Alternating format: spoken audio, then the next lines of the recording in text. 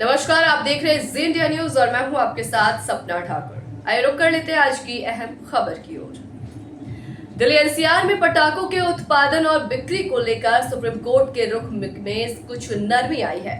Court ने NCR क्षेत्र में ग्रीन पटाखों के निर्माण की अनुमति दे दी है। बिक्री को शर्तों के साथ अनुमति देने को लेकर कोर्ट 8 अक्टूबर को फैसला ले सकता है। कोर्ट ने केंद्र सरकार से कहा कि वो सभी पक्षों से बात कर दिल्ली एनसीआर में पटाखों की बिक्री पर समाधान निकाले। वायु प्रदूषण को लेकर सुप्रीम कोर्ट के सख्त आदेशों के चलते दिल्ली सरकार ने इस साल पटाखों के निर्माण, भंडारण और बिक्री पर पूर्ण पाबंदी लगा दी थी। ऐसी ही रोक एनसीआर के दूसरे शहरों के लिए यूपी और हरियाणा सरकार ने लगाई है।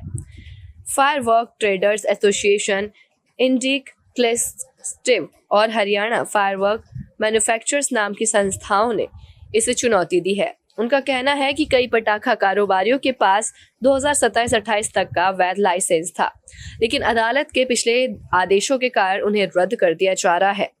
याचिकाकर्ताओं ने यह मांग भी रखी है कि उन्हें ग्रीन पटाखों के उत्पादन और बिक्री की अनुमति दी जाए। इसके लिए जो भी मानक तय किए जाएंगे वो उसका पालन करेंगे। 12 सितंबर को हुई पिछली सुनवाई में चीफ जस्टिस भूषण रामकृष्ण गवई की अध्यक्षता वाली बेंच ने इस बात पर सवाल उठाया था कि सिर्फ दिल्ली के लिए ही पटाखों पर रोक का आदेश क्यों है। कोर्ट ने कहा था कि पूरे देश के लिए एक समान नीति होनी चाहिए। कोर्ट ने पटाखा कारोबारियों की याचिका पर वायु गुणवत्ता प्रबंधन आयोग से जवाब दाखिल करने को कहा था। शुक्रवार 26 सितंबर को हुई सुनवाई में CAQM की रिपोर्ट कोर्ट में रखी गई। इस रिपोर्ट में ये बताया गया था कि national environmental engineering research institute ने कोर्ट के पुराने आदेशों के आधार पर कम प्रदूषण करने वाले ग्रीन पटाखों का फॉर्मूला बनाया है। Petroleum and explosive safety organisation ने इस फॉर्मूले का पालन करने वाले उत्पादकों को लाइसेंस दिया है। लाइसेंस प्राप्त उत्पादकों को पिछले साल QR कोड दिए गए थे, लेकिन ये देखा गया कि इसका दुरुपयोग हुआ है।